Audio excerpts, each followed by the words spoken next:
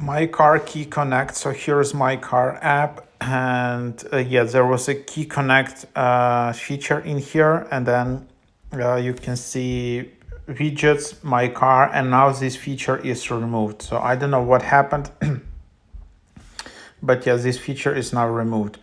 So seems yeah, it was available like a few days ago in this app, but now it's removed. Maybe they got some like notifications from like car companies. They cannot use this feature.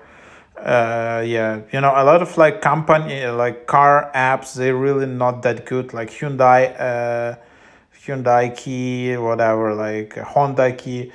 These apps very often just don't work or are glitchy, and people are looking for one app where you can actually connect to the car or to multiple cars. Just so add these cars in your app, have it kind of secure, but so it kind of works. This, but now this app just removed this feature, so it's not available. So this app is only for managing widgets in your CarPlay screen. So that's the main functionality. And then you can just go and just connect your car. And even to add widgets and to use them, you still need to